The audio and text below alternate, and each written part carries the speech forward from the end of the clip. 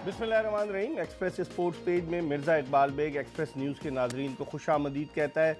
कल कौमी selection committee के चेयरमैन मोहम्मद वसीम ने गद्दाफ़ी स्टेडियम लाहौर में प्रेस कॉन्फ्रेंस में पाकिस्तानी क्रिकेट टीम के खिलाड़ियों के नामों का ऐलान किया। और कल चूँकि सेनेट के चेयरमैन और डिप्टी चेयरमैन का भी इंतखाब था, उसकी वजह से ज़्यादा हाईलाइट नहीं हो सका और उन्होंने सिर्फ ऐलान कर दिया। जिस तरीके से उन्होंने ऐलान किया है, लोग कहते हैं कि सामने लैपटॉप रखकर और इंक्लूजन और एक्सक्लूजन दिखाकर वो किसकी आंखों में धूल झोंकना चाह रहे हैं और कितने लड़कों को वो लेकर आए हैं। कामरान गुलाम हमारा रिश्तेदार नहीं, लेकिन कामरान गुलाम जिसने गुज़िश्ता सीज़न में सबसे ज़्यादा रन स्कोर किए, फर्स्ट क्लास क्रिकेट में पाकिस्तान का रिकॉर्ड कायम किया, और उसको जो है किसी भी टीम में नहीं रखा गया। जाहिद महमूद जो T20 का जिसने बड़ी अच्छी परफॉर्मेंस दी वनडे T20 में, उसको वहाँ नहीं रखा गया और उसको टेस्ट टीम में रख दिया गया। तो आखिर इंटेलेक्चुअल बनकर मोहम्मद वसीम, जिनके बारे में एक सारिफ ने ट्विटर पर लिखा कि ये सॉफ्टवेयर चीफ सेलेक्टर हैं, तो वो क्या मैसेज देना चाहते हैं। आज हम बात करेंगे पाकिस्तानी क्रिकेट टीम के इंतखाब के हवाले से और थोड़ी सी हम बात करेंगे डोमेस्टिक क्रिकेट के हवाले से कि क्लबों की रजिस्ट्रेशन फ़ीस। कल नदीम खान साहब जो 2 टेस्ट पाकिस्तान की जानिब से खेलें, वो क्लबों की रजिस्ट्रेशन फ़ीस के हवाले से कल उन्होंने एक वीडियो जारी की और उस वीडियो में नदीम खान साहब ने ये कहा कि 5,000 रुपये और फिर एक खिलाड़ी के क्लब के कार्ड की 250 रुपये फ़ीस होगी। तो आखिर सोते हुए जागे हैं। ये अगस्त 2019 में जब ये इदारों पर पाबंदी लगी, इदारों की टीमें ख़त्म हुई, उसके बाद से पाकिस्तान क्रिकेट बोर्ड सो रहा था, अब क्लब क्रिकेट को कर रहा है, जिस पर बहुत सारे एतराज़ात सामने आ रहे हैं। इस हवाले से भी हम बात करेंगे, कोशिश करेंगे कि सियालकोट रीजन क्रिकेट एसोसिएशन के साबिक सदर जुल्फ़िकार मलिक साहब को ऑनलाइन लें, उनसे पूछें कि क्या हाल है क्रिकेट का। इसके अलावा और भी बहुत सारी बातें करेंगे और गुफ्तगू के लिए हमारे साथ लाहौर से वीडियो लिंक पर मौजूद हैं पाकिस्तान के former test fast bowler Abdul Rauf, जिनका ताल्लुक ओकाड़ा से, और अब्दुल रऊफ़ ने पाकिस्तान की टेस्ट कैप अपने सर पर सजाई, लेकिन अब जब वो क्रिकेट छोड़ चुके हैं तो बड़े ईमानदाराना अंदाज से, बड़े बैलेंस्ड अंदाज से कमेंट करते हैं। शायद ये चीज़ पीसीबी के बड़ों को बुरी लगती है। अब्दुल रहमान भी हमारे शो में आए थे, उन्होंने पहले तनकीद की और फिर उसके बाद पता नहीं उनका सॉफ्टवेयर अपडेट हो गया, फिर उसके बाद उन्होंने जो है तारीफ़ों के पुल बांधना शुरू कर दिए। आज के शो में बहुत सारी बातें करेंगे अब्दुल रऊफ़ से और आपकी टेलीफोन कॉल्स भी अपने प्रोग्राम में शामिल करेंगे। अगर आप हमें कॉल करना चाहें 021-3580-3818 पर आप कॉल करें और हमसे बात करें, अब्दुल रऊफ़ से बात करें। इससे पहले कि हम अब्दुल रऊफ़ से गुफ्तगू के सिलसिले का आगाज़ करें, पहले आपको क्रिकेट के हवाले से एक पैकेज दिखाते हैं। पाकिस्तान क्रिकेट बोर्ड की सिलेक्शन कमेटी के chairman test cricketer Mohammad Wasim ने गुज़िश्ता दिनों जनूबी अफ्रीका और जिम्बाब्वे के दौरे के लिए पाकिस्तानी क्रिकेट टीम का ऐलान किया। पाकिस्तान की T20 और वनडे की टीमों में 18 खिलाड़ियों को शामिल किया गया है, जबकि पाकिस्तान की टेस्ट टीम में 20 खिलाड़ी शामिल हैं। पाकिस्तानी टीम 26 मार्च को जोहानिसबर्ग रवाना होगी और जनूबी अफ्रीका के खिलाफ 2, 4 और 7 अप्रैल को 3 वनडे इंटरनेशनल मैचों में हिस्सा लेगी। फिर इसके बाद 10, 12, 14 और 16 अप्रैल को पाकिस्तान और जनूबी अफ्रीका के दरमियान 4 T20 इंटरनेशनल मैचेस खेले जाएंगे। पाकिस्तानी टीम 17 अप्रैल को जनूबी अफ्रीका से जिम्बाब्वे पहुंचेगी, जहां वो जिम्बाब्वे की टीम के खिलाफ 2 टेस्ट और 3 T20 इंटरनेशनल मैचों पर मुश्तमिल सीरीज में हिस्सा लेगी। पाकिस्तान क्रिकेट बोर्ड की सिलेक्शन कमेटी ने जिन खिलाड़ियों के नामों का ऐलान किया है, उनमें से 8 क्रिकेटर्स ऐसे हैं जो तीनों फॉर्मेट में शामिल हैं। शान मसूद, जिन पर पाकिस्तानी क्रिकेट बोर्ड ने काफी अरसे से इन्वेस्ट किया है और न्यूजीलैंड के दौरे में मायूस कुन कारकर्दगी के बाद उन्हें टीम से ड्रॉप किया गया था, लेकिन हैरत अंगेज तौर पर आबिद अली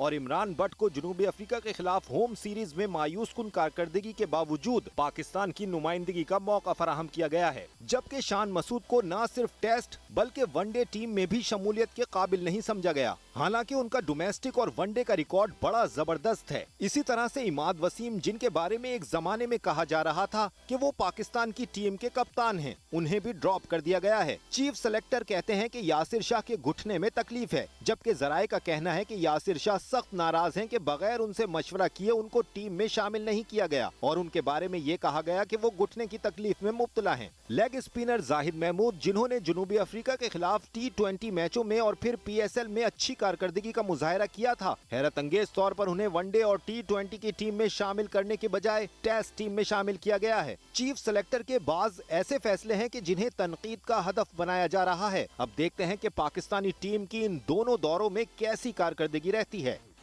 जी, चीफ सेलेक्टर के फैसलों को तनकीद का हदफ बनाया जा रहा है। बाद लोग कहते हैं कि ये पैराशूट के ज़रिए आए हैं चीफ सेलेक्टर, और कल तो उन्होंने हद कर दी। उन्होंने कहा कि जी यासिर शाह के घुटने में तकलीफ है और सकलैन मुश्ताक उनके ऊपर काम करेंगे। क्या सकलैन मुश्ताक डॉक्टर बन गए?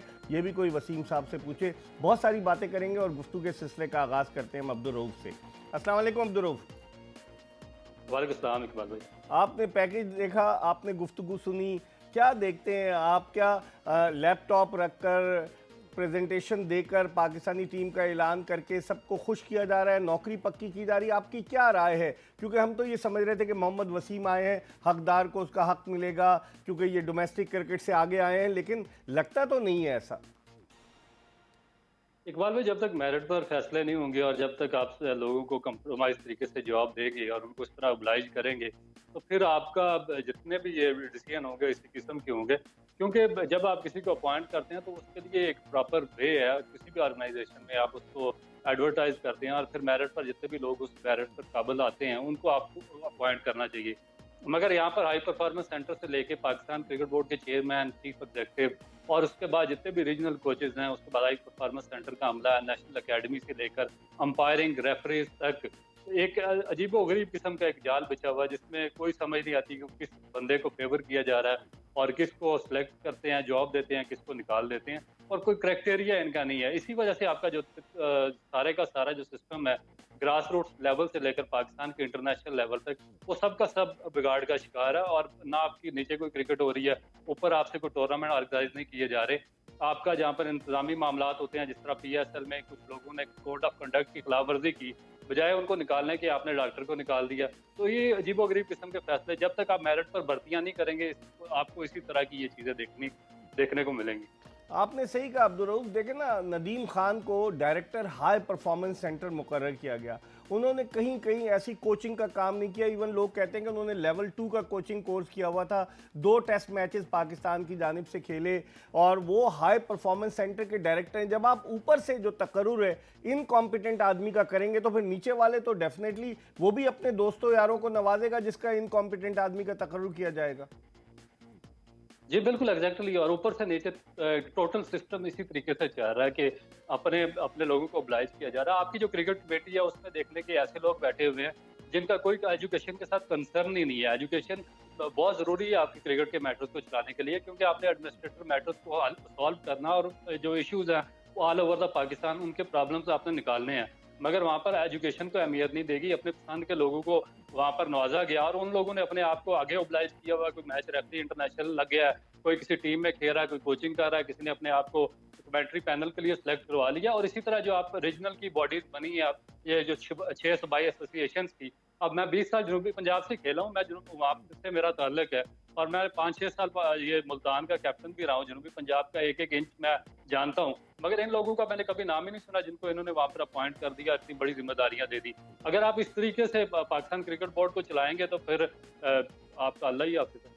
बिल्कुल आपने सही कहा। और आपने जो निशानदेही की क्रिकेट कमेटी में उरूज मुमताज़ जो हैं वो पाकिस्तान की विमेन विंग को भी टेम्परेरीली संभाल रही हैं, वो क्रिकेट कमेंट्री भी कर रही हैं, वो विमेन की चीफ सेलेक्टर भी हैं, वो क्रिकेट कमेटी में भी हैं। क्या पाकिस्तान में कोई और कॉम्पिटेंट खातून नहीं है जो संभाल सके? तो इसका मतलब तो यही हुआ, जिसे पिया चाहे वही मन वही सुहागन, जिसे पिया चाहे वही सुहागन वाली बात है। ये बताएं अब्दुल रऊफ के टीम के सिलेक्शन पर अभी हम आपसे थोड़ी बात करेंगे कि आप समझते हैं कि जिस तरीके से एक तो उनको सहूलत मिल गई वसीम को कि इतने खिलाड़ियों के नामों का ऐलान करना, हर एक को कहीं ना कहीं अकोमोडेट करके तनकीद से बचने की कोशिश करना, आप समझते हैं टीम का सिलेक्शन दुरुस्त हुआ है अगर हम T20 टीम से आगाज़ करें तो?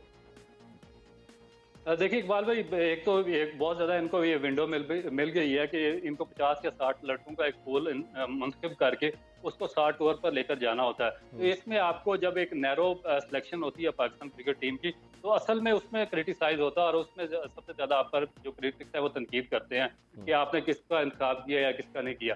मगर इसमें जब 50-60 लड़के आपको इंतखाब करना होते हैं तो उसमें बड़ा ईजी हो जाता है और एक ईजी एक्सेस जो सिलेक्शन कमेटी है उसको मिल जाती है। मगर इसके बावजूद भी अगर आप ब्लंडर करना शुरू कर दें तो फिर इसका मतलब है कि आप में कोई ऐसा फॉल्ट है कि जो दूर नहीं किया जा सकता।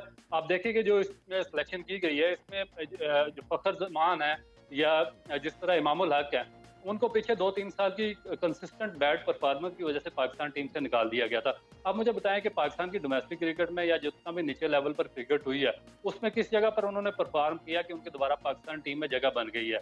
तो जब आप इस तरह के मोरल वैल्यूज सेट करेंगे दूसरे यंगस्टर्स के लिए, तो आप क्या शो करना चाहते हैं? इसी तरह जो आपके जाहिद महमूद है, उन्होंने T20 में परफॉर्मेंस दिया, उनको टेस्ट क्रिकेट के लिए सिलेक्ट किया गया। जो उस्मान कादर है, उनकी लिस्ट ए में कोई परफॉर्मेंस नहीं है। जो लंबी फॉर्मेट की क्रिकेट है उसको पाकिस्तान उसको 50 ओवर्स की क्रिकेट में सिलेक्ट कर लिया गया। सही। और इसी तरह जो दो नए लड़के जिस तरह अर्शद इकबाल और वसीम दानी है, जूनियर। उसको सिलेक्ट किया है। जी, वसीम को सिलेक्ट किया है। तो आप देखें कि परफॉर्मेंस वकास मकसूद कर रहे हैं, पिछले 2-3 साल से कंसिस्टेंट परफॉर्म कर रहे हैं, जो आपकी फर्स्ट क्लास लेवल है। इस दफा भी उनके 40-50 आउट हैं 8-10 मैचेस में टोका बोरा बॉल के साथ, मगर उनको कहीं भी नाम नहीं है। और आपने जो आपके फेवरेट है उनको पाकिस्तान टीम में वो मेरे ख्याल में सॉफ्टवेयर में थोड़ी सी गलती होगी। सॉफ्टवेयर चीफ सेलेक्टर है ना। हम आपसे मजीद गुफ्तगू करेंगे, वक्त हो गया एक छोटे से ब्रेक का। हम बात कर रहे हैं पाकिस्तानी क्रिकेट टीम के हवाले से, कि उसके सिलेक्शन के हवाले से, और बहुत सारी ऐसी चीज़ें जो हम आपके सामने लेकर आएंगे। एक ब्रेक ले रहे हैं और ब्रेक के बाद वापस आएंगे तो पाकिस्तान के former test fast bowler Abdul Rauf हमारे साथ होंगे। हमारा इंतज़ार कीजिएगा। ब्रेक के बाद एक मरतबा फिर एक्सप्रेस स्पोर्ट्स पेज में खुशामदीद। हम बात कर रहे हैं कौमी क्रिकेट टीम के सिलेक्शन के हवाले से। 26 मार्च को पाकिस्तानी क्रिकेट टीम को जनूबी अफ्रीका रवाना होना है, और पंजाब हुकूमत ने पंजाब में खेलों की सरगर्मियों पर पाबंदी आयद कर दी, क्योंकि लाहौर में कोरोना के बहुत ज़्यादा केसेस सामने आए हैं, तो कोविड-19 के। तो अब देखते हैं कि पाकिस्तानी टीम का तरबियती कैंप, पहले एक कैंप लगा हुआ था टेस्ट क्रिकेटर्स का, वो मनसूख कर दिया गया था इसलिए कि पीसीबी के एक एम्प्लॉय का कोविड टेस्ट पॉजिटिव आया था, और फिर उसके बाद ख़वातीन का कैंप भी ख़त्म कर दिया गया था। अब देखते हैं कि पाकिस्तानी क्रिकेट टीम का कैंप जो कि शेड्यूल है 18 मार्च से आया, वो national high performance centre Lahore में लगता है या नहीं लगता। अब्दुल रऊफ, हम जो बात कर रहे थे, आपने बात की शान मसूद की। शान मसूद 2013 से पाकिस्तानी क्रिकेट टीम में सेलेक्ट हुए। 7 साल आपने एक लड़के पर इन्वेस्ट किए। ठीक है, उसकी परफॉर्मेंस न्यूजीलैंड के दौरे में इतनी अच्छी नहीं रही, तो आप बजाय इसके कि चले एक दौरे में उसको आराम कराते, आप साउथ अफ्रीका उसको नहीं भेज रहे। साउथ अफ्रीका जब पिछली दफ़ा गया था, शान मसूद इतना बुरा नहीं खेला था। आपने इमरान बट और आबिद अली, जो कि साउथ अफ्रीका के खिलाफ पाकिस्तानी विकेटों पर नाकाम रहे थे, आपने उन्हें उठा के जिम्बाब्वे के दौरे पर भेज दिया। तो आप समझते हैं कि कोई विजन है कि नहीं है विजन? बिल्कुल आपने दुरुस्त निशानदी की है, और एग्जैक्टली इसमें मेरा नहीं ख्याल कि कोई इस रास्ते में विजन है, क्योंकि शान मसूद काफ़ी एस्टेब्लिश बैट्समैन था, और वो इसमें इंग्लैंड में बड़ी अच्छी एक इनिंग खेली थी। अगर आपने उस पर इन्वेस्ट किया 6 या 7 साल, तो फिर आपको डेफिनेट वो आपके आगे फ्यूचर प्लान में भी होना चाहिए। और आपको उसको, अगर एक ओवर में उसकी परफॉर्मेंस ठीक नहीं है, तो बजाय उसको साथ लटकाने के आपको इस तरह की पॉलिसी बनानी चाहिए थी कि उसको एक ओवर के लिए रेस्ट दे देती और किसी नए लड़के को चांस दिया जाता। और इसी तरह इन्होंने जो उनकी जो मुतबादल थे पिछले 6-7 साल में, इन्होंने काफ़ी जो डोमेस्टिक क्रिकेट में अच्छे परफॉर्मर थे या ओपनर थे, उनको भी ज़ाया कर दिया और उनको भी इन्होंने चांस नहीं दिया। अब मसला ये हुआ कि अब इनके पास जो कंसिस्टेंट परफॉर्मेंस है डोमेस्टिक के, वो ज़ाया हो चुके हैं, उनको चांस नहीं मिला, वो सिनेरियो से आउट हो चुके हैं। शान मसूद परफॉर्मेंस ना करने पर बिल्कुल बाहर हो चुका, और जो नए लड़कों को चांस दे रहे हैं, उनकी जो टेक्निक है वो एक्स्ट्रा जो फास्ट बॉलर्स होते हैं उनके खिलाफ एक्सपोज हो रही है। तो ये मेरा ख्याल है कि बड़ा सवालिया निशान है, जिसको आगे जाकर देखना पड़ेगा।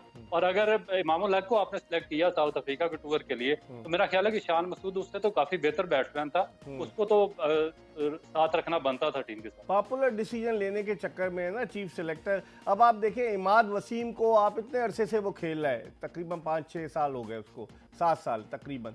तो इमाद वसीम जो है वो 55 T20 खेला है, अब वो टीम में ही नहीं है। कोई वजह तो हो। मोहम्मद नवाज़ क्या उसका मुतबादिल है? मुझे याद है वर्ल्ड कप 2019 में मैं वहाँ था हेडिंगले लीड्स पे, जहाँ अफगानिस्तान के खिलाफ जो है अपना मैच जितवाया था इमाद वसीम ने। वो बैटिंग भी कर लेता है, बॉलिंग भी कर लेता है। क्या वजह है, उसको क्यों निकाल के बाहर किया? अब्दुल रऊफ, आप क्या वजह समझते हैं? इकबाल भाई, जो आपने निशानदेही की है, जिस तरीके की पॉलिसियां जो होती हैं वो डंग टपा पॉलिसियां, पता है कब बनती हैं? ये उस वक्त बनती है जब आपकी अपनी पोजीशन कमजोर होती है, जो आपकी हाई अथॉरिटीज होती है उनकी जो मॉरल वैल्यूज होती हैं या उनकी अपनी जो सीटें होती हैं वो इतनी परमानेंट नहीं होती। तो वो क्या करते हैं कि आप इसी तरह देखेंगे कि जो वो फैसले करते हैं उनमें कंसिस्टेंसी नहीं होती। एक टाइम पर एक लग रहा होता है कि ये लड़का पाकिस्तान टीम का कैप्टन बना देंगे और वो आगे जाकर पाकिस्तान को लीड करेगा। दूसरी अगले 1-2 महीने के अंदर अंदर ही उस लड़के को आप ना सिर्फ टीम से बाहर कर देते हैं बल्कि बिल्कुल पूरे सिस्टम से आउट कर देते हैं। तो जिसकी जरूरत होती है अगर वो 3-4 साल आपके फ्यूचर प्लान में ना भी हो और तो फिर भी आप उसको वापस बुलाकर पाकिस्तान टीम में सिलेक्ट कर लेते हैं। और अगर आपको जरूरत ना हो तो आप 19-20 साल के लड़के का कैरियर बर्बाद करके रख देते हैं, उसको 1 या 2 मैचेस खिलाकर या 7 टूर करवाकर उसकी परमानेंट छुट्टी करवा देते हैं। तो ये पूरी दुनिया में आपको कहीं भी इस तरीके से पॉलिसी बनती नजर नहीं आएगी, क्योंकि वो एक परमानेंट लोग होते हैं और वो ऑब्लाइज हुए नहीं आते। वो अच्छे लोग आते हैं और काम करना जानते हैं और उनका एक फ्यूचर प्लान होता है। उस फ्यूचर प्लान को लेकर सारी दुनिया के क्रिकेट बोर्ड चलते हैं। मगर यहाँ पर सिर्फ हमारे यहाँ फ्यूचर प्लान को नहीं लेते, अपने फ्यूचर के प्लान को लेकर चलते हैं ना लोग। बिल्कुल। अच्छा, एक और चीज अब्दुल रऊफ, एक चीज ये कि आप मुझे बताएं, शोएब मलिक क्या वो कारआमद साबित हो सकते थे वर्ल्ड T20 में जो भारत में हो रहा है? मोहम्मद हफीज़ को तो मजबूरन इन्हें रखना पड़ा। लास्ट ईयर उन्होंने सबसे ज़्यादा रन बनाए थे साउथ अफ्रीका के खिलाफ सीरीज़ के बाद, उनको नहीं खिलाया इन्होंने साउथ अफ्रीका के खिलाफ T20 सीरीज़ में। वहाब रियाज ख़त्म हो गए। क्या ये मैसेज दे रहे हैं कि सीनियर क्रिकेटर्स की जगह नहीं है? और क्या भारत की विकेटों पर वह तजुर्बे की ज़रूरत होगी, या ये जो सारे यंगस्टर्स को लेके जाना चाहते हैं? अब्दुल्ला शफीक को इन्होंने पहले खिलाया T20 न्यूजीलैंड में, उसके बाद बाहर कर दिया, अब दोबारा लेकर जा रहे हैं। आप क्या समझते हैं, ये सारे फैसले दुरुस्त हैं? देखिए, इनकी इकबाल भाई आगे जो सिलेक्शन आ रही है जो वर्ल्ड कप के लिए, वो इस जो साउथ अफ्रीका टूर के बाद उसकी एग्जैक्टली एक शेप निकलकर सामने आ जाएगी। अभी इन्होंने शोएब मलिक को ड्रॉप कर दिया, पीछे इन्होंने हफीज को ड्रॉप कर दिया था। अब अगर इनको जरूरत पड़ी तो ये उन दोनों को वापस ले लेंगे और वहाब रियाज को भी वापस ले आएंगे, क्योंकि ये जो पॉलिसी होती है इनकी अपनी सीटें बचाने के लिए होती है, एक पाकिस्तान के फ्यूचर के लिए या यंगस्टर्स के फ्यूचर के लिए पॉलिसी नहीं बनाते। तो इसमें डिपेंड करता है कि अब आगे जो रिजल्ट हैं वो किस किस्म के आते हैं। अगर रिजल्ट कमजोर आए तो ये सारे सीनियर प्लेयर्स को वापस ले आएंगे, अगर रिजल्ट इनकी फेवर के आए तो फिर उनको मेरा ख्याल है कि आस्ता आस्ता करके परमानेंट छुट्टी करवा देंगे। पहले इन्होंने कहा था मोहम्मद वसीम ने कि शर्जील खान की फिटनेस का प्रॉब्लम है, अब एकदम से वो सुपर फिट हो गया। इन्होंने 4 साल बाद शर्जील खान की वापसी हो रही है, शर्जील खान को इन्होंने रख लिया है। आप क्या समझते हैं, ये तजाद नहीं है कि एक तरफ तो कुछ और कहते हैं, एक तरफ कुछ और कहते हैं? बिल्कुल एग्जैक्टली, क्योंकि अगर आपने एक पॉलिसी बनाई हुई है और आपने एक टेस्ट का पैरामीटर और स्टैंडर्ड सेट किया हुआ है, तो मेरा ख्याल है कि जो भी जो लड़के हैं वो क्वालिफाई करते हैं उस टेस्ट को और उस टेस्ट को पास करते हैं, तो उनको पाकिस्तान टीम में जगह देनी चाहिए। अगर कोई लड़का उस पैरामीटर पर पूरा नहीं उतरता और वो एक जो गिवन जो टेस्ट है उसको पास नहीं कर सकता, तो फिर उसकी मेरा ख्याल है कि पाकिस्तान टीम में जगह नहीं बननी चाहिए। ये आधा तीतर और आधा बटेर की पॉलिसी खत्म करनी चाहिए कि आपके जो फेवरेट्स हैं, चाहे वो टेस्ट में 10% भी नंबर लें तो वो पास हो जाते हैं, और अगर आपका कोई फेवरेट नहीं है तो वो टेस्ट में 100% भी नंबर लेकर टीम से बाहर हो जाता है। तो इस तरीके की पॉलिसी की मेरा ख्याल है कि हौसला अफजाई करनी चाहिए। अच्छा, फास्ट बॉलर्स की बात करें, कहाँ गया नसीम शाह, बिल्कुल तेज़ी से उभर कर आया? कहाँ गया मूसा खान? और इमरान खान जूनियर को ले गए थे, वो कहाँ गया? समझ में नहीं आता कि ये क्या करना क्या चाह रहे हैं। लड़के को लाते निकाल देते हैं, फिर लेकर आ जाते हैं। तो कोई कंसिस्टेंसी होनी चाहिए, मुस्तकिल मिजाजी नहीं होनी चाहिए। क्या राय है आपकी? देखिए, इन्होंने पास्ट में काफ़ी ज़्यादा फास्ट बॉलर सिर्फ इसलिए ज़ाया किया कि उनके साथ इनके नाम का ठप्पा नहीं लगता था, क्योंकि जो भी पाकिस्तान टीम के कोचिंग स्टाफ में आता है बड़ा हाई जो प्रोफाइल जो नाम आता है कोचिंग में, उसका एक ये अतुलमकान कोशिश होती है कि वो नए लड़कों को इंट्रोड्यूस करवाए ताकि उसका नाम चमके और उसके साथ उसका नाम लगे। वो यही वजह कि आप पिछले 15-20 साल में देखें कि जो भी इन लोगों में कोच बना है उसने जितने भी टॉप परफॉर्मर थे फर्स्ट क्लास क्रिकेट के, उनकी हौसला शिकनी की है और अपने अपने लड़कों को ओब्लाइज किया। अब अगर इनके ओब्लाइज किए हुए लड़के गिवन सर्कमस्टांसेस में पास हो जाते हैं, अगर वो पाकिस्तान के लिए परफॉर्म कर देते हैं, आज तक किया तो किसी ने नहीं है, अगर कर देते हैं तो इनका नाम बन जाता है। अगर नहीं करते तो फिर उनको साइड पे करके फिर आपको वापस ताबिश खान ही लाना पड़ता है, वकास मकसूद को वापस लाना पड़ेगा और फिर जो डोमेस्टिक मोहम्मद अब्बास को लाना पड़ेगा और जो डोमेस्टिक के परफॉर्मर है उन पर आप वापस चले जाते हैं। तो ये है इनकी पॉलिसी। ठीक है अब्दुल रऊफ, आप हमारे साथ रहिएगा, हम एक ब्रेक ले रहे हैं और जब हम ब्रेक के बाद वापस आएंगे तो गुफ्तगू के सिलसिले को मज़ीद आगे की तरफ बढ़ाएंगे। कोशिश करेंगे कि कौमी सिलेक्शन कमेटी के चेयरमैन मोहम्मद वसीम को ऑनलाइन लिया जाए, उनका नंबर मसरूफ़ मिल रहा है, लेकिन हम ट्राई करेंगे। ब्रेक के बाद जब वापस आएंगे तो मज़ीद गुफ्तगू करेंगे, कहीं जाएगा नहीं, हमारा इंतज़ार कीजिएगा। ब्रेक के बाद एक मरतबा फिर एक्सप्रेस स्पोर्ट्स पेज में खुश आमदीद। हम बात कर रहे हैं पाकिस्तान क्रिकेट टीम के सिलेक्शन के हवाले से और हमारे साथ मौजूद हैं पाकिस्तान के former test fast bowler Abdul Rauf. और अब्दुल रऊफ़ जो लाहौर से वीडियो लिंक पर मौजूद हैं, खरी खरी बातें करते हैं, लगी लिपटी बात नहीं करते और इनसे इसलिए हम बहुत सारी चीज़ें पूछ रहे हैं। अब्दुल रऊफ़, सबसे पहले अब हमने टीम की बात की, अब आप मुझे बताएं कि फ़खर जमान को इन्होंने T20 में नहीं रखा, हालांकि PSL में उसने T20 में अच्छी परफॉर्मेंस दे रहा था वो, फिर इन्होंने उसको वनडे में डाल दिया, इमामुल हक को वनडे में डाल दिया। फिर जो सिलेक्शन हुई है आप देखें कि ताबिश खान को इन्होंने, चूँकि अब ये बाहर कर लेते बगैर खिलाए तो मुसीबत हो जाती, तो ताबिश खान को ये लेकर जा रहे हैं दौरे पर वहाँ पर जिम्बाब्वे के। आप समझते हैं ताबिश खान हुए, शाहनवाज दहानी जो कि फास्ट बॉलर है, लाड़काना से ताल्लुक़ है, उनको लेकर जा रहे हैं। उसके अलावा जाहिद महमूद, तो क्या इनको सिर्फ जिम्बाब्वे की सैर कराएंगे या इनमें से कोई खेल भी पाएगा? इकबाल भाई, मेरा ख्याल है कि बहुत ही लिमिटेड चांसेस हैं कि इनमें से कोई भी मैचेस वगैरह खेले, क्योंकि बेसिकली तो एक इनकी परफॉर्मेंस की वजह से एक बहुत ज़्यादा एक्स्ट्रा प्रेशर क्रिएट हुआ था पाकिस्तान क्रिकेट बोर्ड पर, और मेरा ख्याल है कि उस प्रेशर को रिलीज करने के लिए इनको साथ रखा गया। और दूसरा, जहाँ तक पाकिस्तान क्रिकेट टीम की मैनेजमेंट का ताल्लुक है, वो भी आउट ऑफ द वे जाकर मेरा नहीं ख्याल कि कोई किसी किस्म का कोई भी चांसेस वगैरह लेते हैं। इस तरह आपने साउथ अफ्रीका सीरीज में देखा कि काफी सारे नए लड़के टीम के साथ जरूर थे, मगर उन्होंने सिर्फ नुमान अली को चांस दिया, क्योंकि उस विकेट पर या जो कराची की पिच थी या रावलपिंडी की पिच थी वो स्पोर्टिंग थी स्पिनर्स के लिए, तो उस पर उनका चांस बनता था। तो ये आप एग्जैक्टली दुरुस्त कह रहे हैं कि मेरा ख्याल है कि ज्यादातर सैर ही करवाएंगे। और मेरे लिए बड़ा सरप्राइजिंग है कि फखर जमान, जिसकी टेक्निक बड़ी बुरी तरह एक्सपोज हुई थी 4 डे क्रिकेट में और वनडे में, उसको दोबारा वनडे टीम में शामिल किया गया, बजाय कि जो उसकी स्पेशलिटी है वो है T20 फॉर्मेट, और T20 फॉर्मेट में उसको शामिल नहीं किया गया। इसी तरह जाहिद महमूद, उसने T20 में अच्छी बॉलिंग किया, वनडे में अच्छी बॉलिंग किया, मगर दोनों जगह पर उसका नाम नहीं है और उसका टेस्ट मैच में नाम है। उस्मान कादर 50 ओवर्स का बॉलर नहीं है, उसने अच्छी बॉलिंग नहीं की, तो उसको वनडे की टीम में रखा हुआ है। तो ये काफी ज्यादा चीजें हैं जिसको जो देखने वाली। ठीक है, इन्हीं चीजों पर पूछते हैं, आप हमारे साथ ही रहिएगा। अब्दुल रऊफ़ वीडियो लिंक पर हमें ज्वाइन किया कौमी सिलेक्शन कमेटी के चेयरमैन मोहम्मद वसीम ने, पाकिस्तान के फॉर्मर टेस्ट क्रिकेटर, उन चंद क्रिकेटर्स में से एक हैं जिन्होंने अपने डेब्यू पर सेंचुरी स्कोर की। मुझे याद है 1996 में ली जर्मॉन की न्यूजीलैंड की टीम जब वर्ल्ड कप के बाद रुक गई थी, तो वसीम ने गद्दाफी स्टेडियम लाहौर में सेंचुरी स्कोर की। इनसे सिलेक्शन के हवाले से बात करते हैं। अस्सलाम वालेकुम वसीम। वालेकुम अस्सलाम इकबाल भाई।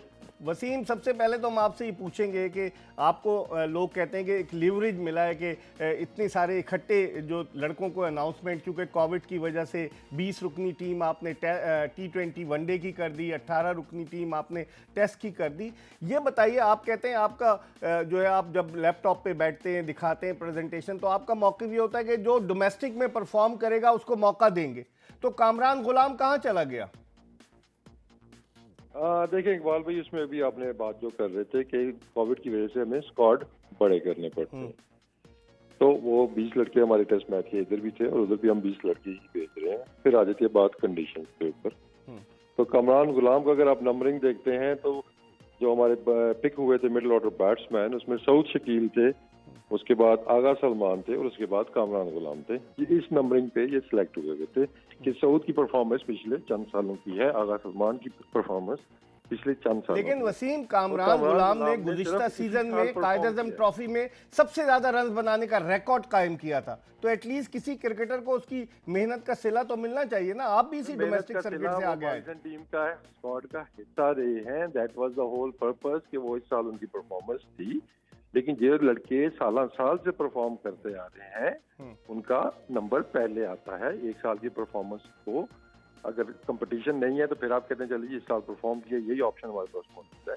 लेकिन दूसरे लड़कों ने उससे पहले से परफॉर्म करते हुए आ रहे हैं तो उनकी जगह पहले बनती है, जिसकी वजह से कामरान गुलाम मिस आउट हुए हैं। वो भी मिस आउट इसी वजह से हुए हैं कि शायद हमें वहाँ पे फास्ट बॉलर का थोड़ा सा ज्यादा जरूरत होगी, तो हमने वहाँ पे एक फास्ट बॉलर एक्स्ट्रा। जिम्बाब्वे की विकेटें आप समझते हैं फास्ट बॉलर्स के लिए बहुत ज्यादा सूटेबल होंगी, और आप समझते हैं जो आपने रखा है फास्ट बॉलर शाहनवाज दहानी वगैरह, इनको टीम मैनेजमेंट मौका देगी, डेब्यू कराएगी? लगता तो नहीं है। देखिए सिनारियो ये है कि कंडीशंस नहीं, अगर आप मैचेस देखते हैं तो हमारे 10 वहाँ पे ऑल टुगेदर पूरे टूर के ऊपर व्हाइट बॉल के मैचेस हैं, उसके बाद 2 हमारे टेस्ट मैचेस हैं। तो एक तो कोविड का सिनारियो चल रहा है, दूसरा लड़कों का वर्कलोड हम देखते हैं क्योंकि काफी क्रिकेट हमारे प्लेयर्स खेलते हुए आ रहे हैं।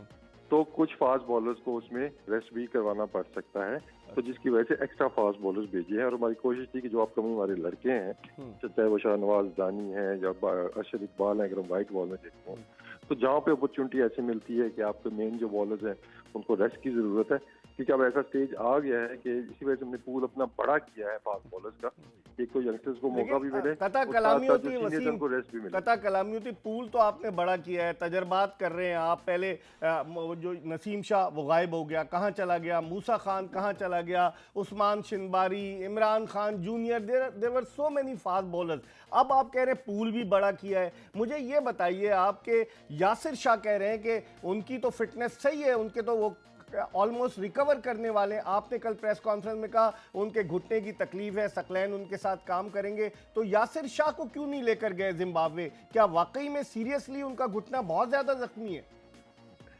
देखिए, जख्मी हो गए तो इसलिए मैंने कहा है ना कि यासिर शाह को इंजरी हुई थी सेकंड टेस्ट मैच में, जो भी खत्म हुई सीरीज हमारी। उनके कुछ स्कैन हुए हैं और कुछ स्कैन अभी MRI उनके और भी होने हैं, और उसके बाद उनकी इंजरी की नवीयत का पता चलना है कि ये कितना हील हो चुकी है या भी हील ये नहीं हुई है। अगर वो हील हो भी जाती है, उसके बाद उन्होंने रीहैब अपना कंप्लीट करना है, उसके बाद उन्होंने बॉलिंग स्टार्ट करनी है, तो too many ifs and buts थे। लेकिन अब दूसरी तरफ अगर हम देखते हैं कि जो मैंने सकलैन की बात की थी कि इनको बायोमैकेनिक्स लैब में लेके गया गया, उनके ऊपर टेस्टिंग की गई है कि इंजरी इनको क्यों हो रही है। तो हमारी कोशिश है कि इंजरी से वो रिकवर भी करें, और उसके बाद जो थोड़ा सा काम उन पे होना है कि दोबारा इनको ये इंजरी हो ना, तो उसके लिए थोड़ा सा उनको टाइम भी चाहिए। आपके और हमारे दोस्त याया हुसैनी ने ट्वीट किया है कि क्या सकलैन मुश्ताक डॉक्टर बन गए? या हुसैनी कुछ भी कह सकते हैं, आपको पता है हमारे बड़े आपको इंटरव्यू भी आपका लेते हैं, कुछ भी कह सकते हैं। अच्छा ये बताइए मुझे उनकी बात करते हुए आपको हंसी क्यों आ गई? अच्छा ये बताइए मुझे, वसीम के पाकिस्तानी टीम का जो इंतखाब हुआ है, आपने मोहम्मद वसीम जूनियर को भी डाल दिया, नॉर्थ वजीरिस्तान का फास्ट बॉलर, आपने अरशद इकबाल को भी डाल दिया, सारे ही तकरीबन यंगस्टर्स जितने डाल दिए। ताबिश खान पहले भी साथ रहा, खेला नहीं, इनमें से कोई खेलेगा भी या सिर्फ ये खुश करने के लिए कि क्रिटिसिज्म ना हो? नहीं, खुश तो फिर भी कोई नहीं होता, अगर आप देखें तो आप उसमें से काफी लोग खुश हो गए। लोग कहते हैं वसीम अपनी नौकरी पक्की कर रहा है, कोई कह रहा है पीछे से टीम आती है, मुख्तलिफ किस्म की लोग आरा का इजहार करें, इसीलिए तो हमने आपको ऑनलाइन दिया कि आप ज्यादा बेहतर। तो आप भी सुनने में आया, आप भी ऐसी बात करते हैं, लेकिन आपका पता है कि अब ये देखें जो लड़के हमने सिलेक्ट किए हैं उसमें अरशद इकबाल परफॉर्मेंस बेस्ड, और एक साल की परफॉर्मेंस नहीं, उसको हम देखते हैं अगर हम, तो वो पिछले 2-3 साल से हम कंसिस्टेंटली परफॉर्म करता आ रहा है, जिस भी लेवल पे वो खेला है। तो I think he earn his place. जहाँ तक बात है वसीम की, मोहम्मद वसीम की, वो थोड़ा सा आप कह सकते हैं उसके रनअप का प्रॉब्लम है, कमेंटेटर्स भी कह रहे थे, और आपने उसको एकदम से पाकिस्तान टीम में लेकर आ गए। देखें, वसीम का अगर हम देखते हैं तो वो इस रनअप के साथ भी 145 पे बॉल करता है, ये भी आपने नोट किया होगा, और उसने विकेटें भी ली हैं, नया बॉल भी वो कर रहा है। तो वसीम, हम इंटरनेशनल दौरे पर क्यों तजर्बात करें? ये नेशनल हाई परफॉर्मेंस सेंटर किस दर्द की दवा है?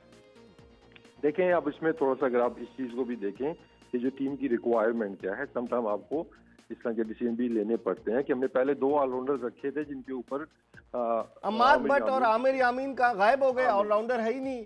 अमाद वसीम को क्यों ड्रॉप किया आपने? अमाद वसीम को देखें, पहले ऑलराउंडर्स की सुन ले दोनों की, कि जो हमने रखे थे basically we need a bowling all-rounder, कि जो बॉलिंग कर सके, 4 ओवर कर सके, और साथ में हमें बैटिंग भी वो करके दे सके।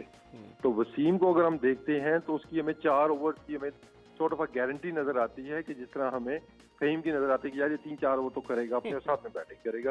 लेकिन आमिर का और इमाद भट्ट की अगर आप बॉलिंग देखते हैं, लेकिन बैटिंग में तो वो कंट्रीब्यूट कर सकते हैं, लेकिन बॉलिंग में आया वो 4 ओवर कर सकते हैं या नहीं कर सकेंगे, वो आपने PSL में भी देखा है। तो थोड़ा सा उनकी बॉलिंग के ऊपर काम होने वाला है। लेकिन ये काम वसीम, जो है कता कलामी होती, काफी अरसे से आमिर यामीन ने जिम्बाब्वे में डेब्यू किया। इमाद वट जो थे वो 2016 में इंग्लैंड के दौरे पर जो T20 था वहां गए। काफी अरसे से इन पर काम नहीं हो रहा क्या? 5-5 साल हो गए, 6-6 साल हो गए। नहीं इकबाल भाई, मैं तो आपसे बात करूंगा जब से मैं मतलब आया हूँ, सिस्टम जब से ये आया है, उसके बाद से भी देखते हैं तो उन्होंने इम्प्रूव किया है। लेकिन बात फिर वो ये है कि आया हमने एक प्लेयर को खिलाना है जो सिर्फ 2 ओवर्स कर सके, ठीक, या 4 ओवर्स कर ठीक है। तो मेरे पास वक्त कम है, 1-2 सवाल और आपसे करना चाहूंगा। शान मसूद को ड्रॉप कर दिया है इमाद, आपने इमरान भट्ट और उनको मौका दिया है। क्या शान मसूद 2013 से खेल रहा है? क्या खत्म हो गया उसका करियर? लिस्ट 1 आप उसका रिकॉर्ड उठा के देखें, 57 का एवरेज है। आप तो ज़्यादा स्टैट्स पे कंसंट्रेट करते हैं, लैपटॉप पे, प्रेजेंटेशन पे, तो शान मसूद को किस खुशी में आपने कंसिडर ही नहीं किया किसी भी फॉर्मेट के लिए? देखिए, एक तो इमरान भट्ट को अगर आप कहते हैं जी कि 2 मैचेस के बाद आप उनको जज करें तो आपकी जाती होगी। आबिद अली को एक और मौका दिया गया है यहाँ पे, तो इमरान भट्ट के जो टू अर्ली है हमने कि 2 मैचों की मुश्किल एक सीरीज थी जो कि साउथ अफ्रीका गेम थी, तो मेरा नहीं ख्याल है कि 2 मैचों के बाद हमें जज करना शुरू करना चाहिए। तो एक मौका उनका और बनता था जिसकी वजह से उनको कंसिडर किया गया। ज़्यादा देखते हैं शान मसूद की आपने बात की है, उनके कुछ टेक्निकल इश्यूज थे जिनकी वजह से वो टीम से ड्रॉप तो उनको भेजा क्यों नहीं नेशनल हाई परफॉर्मेंस सेंटर में जहां इतने हाईली पेड कोचेज हैं? जब न्यूजीलैंड पीएसएल छोड़ देते तो उनको भेज देते ना, वहाँ पे पीएसएल चलते थे। हम देखता हूँ, आप देखा करें साथ साथ पैरेलल क्या एक्टिविटीज हो रही हैं। अभी ये लड़के फारिग हुए हैं और ये सारे आपको एनएचपीसी के अंदर नजर आएंगे। अच्छा, ये बताइए इमाद वसीम का क्या कसूर था? इमाद वसीम क्यों ड्रॉप हुआ? खत्म हो गई उसकी बॉलिंग सब कुछ, बैटिंग? एक तो आप साथ में जो जजमेंट दे देते ना, खत्म हो गई। नहीं, मैं आपसे पूछ रहा हूँ सर, आप तो चीफ सेलेक्टर हैं, यू आर द किंग, आपसे पूछूंगा। देखें, इसमें एक तो ये देखें कि जो हमारा स्क्वाड है वो 18 रुकनी है, वो 20 रुकनी नहीं है। पहले हमारे पास थोड़ी सी ये लगी थी, हमने 20 लड़के थे तो हमारे कम लड़के किए, तो कुछ ऑप्शन हमें कम करने पड़ने हैं। और उसमें अगर हम देखते हैं कि बेहतर परफॉर्मेंस एट द मोमेंट किसकी थी, उसमें नवाज के साथ कंपैरिजन नवाज बेहतर है आप समझते हैं इमाद वसीम से मौजूदा सूरत हाल में? करंट फॉर्म अगर हम देखते हैं, जो ऑप्शंस देखते हैं कि जो टीम की जरूरत है, क्योंकि मैं बाद में कहूँगा हमें प्लेयर्स वैसे चाहिए जिनकी लिमिटेशंस ना हो, कि सिर्फ इस सिनारियो में बॉलिंग करेगा या उस सिनारियो में बॉलिंग करेगा। हमें बॉलर्स या ऑलराउंडर्स ऐसे चाहिए जो किसी भी सिनारियो के अंदर बॉलिंग कर सके। तो इमाद डेफिनेटली हमारे प्लान के अंदर है। कुछ चीजें हैं आपके प्लान में, तो इतने सारे लोग हैं, कल मैं आपकी प्रेस कॉन्फ्रेंस देख रहा था, कोई भी ऐसा नहीं है जो प्लान में ना हो, लेकिन मैं आपसे तफसीली आपसे इंटरव्यू करूंगा ताकि सारी चीजें, क्योंकि तिश्नगी रही सारी चीजें। बहुत बहुत शुक्रिया मोहम्मद वसीम, पाकिस्तान के chief selector, former test cricketer, हमारे साथ लाइन पर मौजूद थे। अब्दुल रऊफ हमारे साथ मौजूद है लाहौर से। हम एक ब्रेक की तरफ बढ़ रहे हैं और जब ब्रेक के बाद वापस आएंगे तो अब्दुल रऊफ से हम पूछेंगे कि हमने इतने सारे सवालात किए मोहम्मद वसीम को, हमें तो मुतमईन नहीं कर सके, कि आपको मुतमईन किया। ब्रेक के बाद आपको ज्वाइन करेंगे। ब्रेक के बाद एक मरतबा फिर एक्सप्रेस स्पोर्ट्स पेज में खुश आमदीद। और ब्रेक पर जाने से कबल हम सवालात कर रहे थे पाकिस्तान की कौमी सिलेक्शन कमेटी के चेयरमैन मोहम्मद वसीम से। चूँकि वो बैट्समैन थे तो इसलिए हम कोशिश कर रहे थे कि उनको यॉर्कर या फुलर लेंथ गेंद ना करें, उन पर शॉर्ट पिच गेंदें करें, और काफ़ी हमने उन पर बाउंसर्स किए। ये आपने फैसला करना है कि उन बाउंसर्स पर उन्होंने डक किया या हुक किया। हमारे साथ अब्दुल रऊफ मौजूद हैं। अब्दुल रऊफ, हमारी जो मोहम्मद वसीम से जब बात हो रही थी, बदकिस्मती से हमारे ऑडियो इंजीनियर आपकी ऑडियो नहीं आपको पहुंचा सके, लेकिन जो हमारी उनसे बात हो रही थी, मोहम्मद वसीम ये कह रहे थे कि सब प्लान में। मैंने उनसे पूछा कि हर कोई उनके प्लान में, कामरान गुलाम जिसने डोमेस्टिक का रिकॉर्ड तोड़ा, उसको आपने जिम्बाब्वे के दौरे के लिए भी कंसिडर नहीं किया। उन्होंने कहा वो तीसरे नंबर पर आते हैं, और बोला इमाद भट्ट और आमिर यामीन की परफॉर्मेंस इतनी अच्छी नहीं रही। ये मुझे मजबूरन आपको बताना पड़ रहा है क्योंकि आप सुन नहीं सके, तो आप क्या कहेंगे? डेफिनेट, जिस तरह के आपके मैंने क्वेश्चन जरूर सुने जो आपने पूछे और बड़े जेन्युइन क्वेश्चंस थे, और उसमें वो अपनी बस जो पोजीशन है वही उन्होंने क्लियर की होगी। क्योंकि आमिर भट्ट या इमाद भट्ट या आमिर यामीन जो है, उनकी इसलिए अभी जगह नहीं बन रही क्योंकि जो फहीम अशरफ है अपनी इस वक्त कैरियर की टॉप पर, पीक पर है, और मेरा ख्याल है कि इस वजह से उनको स्ट्रेट अवे जो दोनों ऑलराउंडर्स इन्होंने सेलेक्ट किए थे उनको रिजेक्ट किया गया है। बाकी जहाँ तक उनकी बात थी, कामरान गुलाम डेफिनेट डिजर्व करते हैं। अगर आपने 60 लड़कों का एक पोल बनाया है तो उसमें जो मोस्ट डिजर्विंग वही होगा जो सबसे ज्यादा जैसे रन स्कोर किया और कंसिस्टेंट रन स्कोरर है फर्स्ट क्लास में।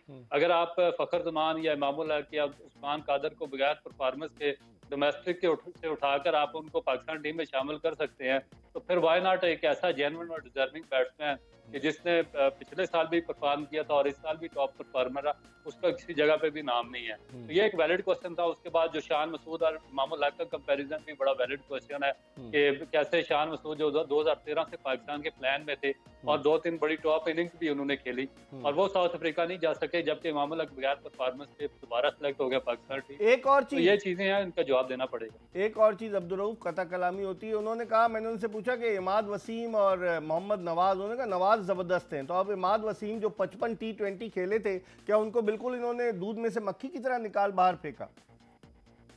बिल्कुल, मेरा ख्याल है कि आस्ता आस्ता ये जो पाकिस्तान क्रिकेट बोर्ड की मैनेजमेंट है वो उनको साइडलाइन करना चाह रही है, और मेरा ख्याल है कि इसमें ज्यादा जो कसूर है वो उनका अपना है, क्योंकि उनकी जो फिटनेस है वो भी उस मेयार के पिछले 2-3 साल में नहीं रही। और जिस परफॉर्मेंस पर वो पाकिस्तान टीम में सिलेक्ट होते थे वो भी एक कंसिस्टेंट बेसिस पर परफॉर्म नहीं कर सके। और मजबूरी ये है कि अब नवाज के अलावा इनके पास कोई ऐसा एस्टेब्लिश ऑलराउंडर नहीं है स्पिन बॉलिंग में जो कि उसको रिप्लेस कर सके। मेरे ख्याल में नवाज भी उस लेवल का ऑलराउंडर नहीं है जो कि पाकिस्तान टीम को इस नंबर पर 6-7 नंबर पर बैटिंग के क्योंकि लिए अब्दुर्रऊफ चाहिए। नवाज से तो पूरे ओवर ही नहीं करा रही थी कोयटा ग्लैडिएटर जब अभी खेल रहे थे PSL।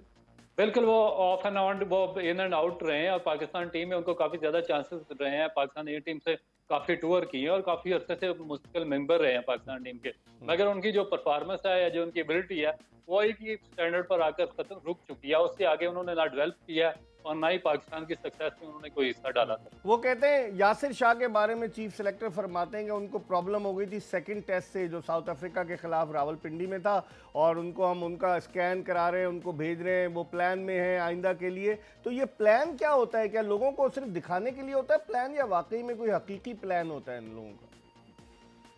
देखिए, इनका प्लानिंग आप इस बात से अंदाजा लगा सकते हैं। मैं आपको उसका एग्जांपल देता हूँ कि जो हाई परफॉर्मेंस सेंटर है, पिछले साल जब कोरोना में पूरी दुनिया में लिमिटाइज की जा रही थी जॉब्स वगैरह, और डिफरेंट क्रिकेट बोर्ड जो रिचेस्ट क्रिकेट बोर्ड हैं वो लोगों को निकाल रहे थे, तो उस जमाने में पाकिस्तान क्रिकेट बोर्ड ने हाईली पेड सैलरीज पे ये इन्होंने अपॉइंटमेंट की थी, और 8 महीने कोरोना की वजह से उन लोगों ने कोई काम नहीं किया और घरों में बैठे रहे। उसके बाद जब ये परफॉर्मेंस शुरू हुआ है तो उसके बाद जो आपके हेड कोच थे वो छुट्टी पर चले गए, बॉलिंग कोच इंग्लैंड में जाकर बैठे हुए हैं, और जो सलान मुश्ताक थे जो दूसरे इंचार्ज हैं वो जाकर टीवी के साथ मौदा करके बैठ गए।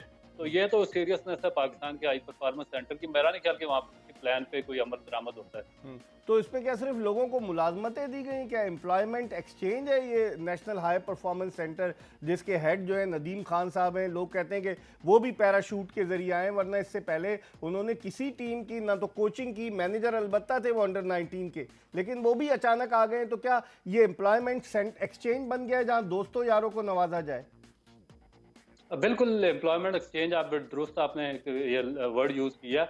और इसमें मेरा ख्याल है कि जो पाकिस्तान के पैटर्न इन चीफ हैं प्राइम मिनिस्टर इमरान खान है, उनको पाकिस्तान में क्रिकेट की सबसे ज्यादा नॉलेज है और उनको इस चीज को देखना चाहिए कि जब आप इतने हाईली स्टैंडर्ड सेट किए हुए हैं और जब आपने हमें 20-22 साल बताया कि मैं आने के बाद मेरिट पर अपॉइंटमेंट्स करूंगा, तो मेरा ख्याल है कि पाकिस्तान क्रिकेट बोर्ड की जितनी भी जॉब्स थी वो एडवर्टाइज होनी चाहिए थी प्रॉपरली, और उसमें जो जेन्युइन और डिजर्विंग और एजुकेटेड पढ़े लिखे लोग थे उनको उसमें पार्टिसिपेट करना चाहिए। ठीक है अब्दुर्रऊफ, बहुत बहुत शुक्रिया, आपने हमें लाहौर से ज्वाइन किया। पाकिस्तान के former test fast bowler Abdur Rauf हमारे साथ मौजूद थे और आपने गुफ्तगू सुनी कौमी सिलेक्शन कमेटी के चेयरमैन मोहम्मद वसीम की। हमें उम्मीद है कि आज का शो आपको पसंद आया होगा। कल इंशाअल्लाह ताला हब रैली के हवाले से हम आप एक प्रोग्राम करेंगे, वो आपको दिखाएंगे। कल देखिएगा, हब रैली कल हो रही है, उसके हवाले से हमने रोनी पटेल जो ड्राइवर हैं और शुजात शेरवानी जो चीफ ऑर्गेनाइजर है उनका इंटरव्यू रिकॉर्ड किया है। कल ज़रूर देखिएगा। अगर ज़िंदगी ने वफा की तो आइंदा प्रोग्राम में फिर आपसे मुलाकात होगी। मिर्ज़ा इकबाल बेग और एक्सप्रेस न्यूज़ की पूरी प्रोडक्शन टीम को इजाज़त दीजिए। अल्लाह हाफ़िज़।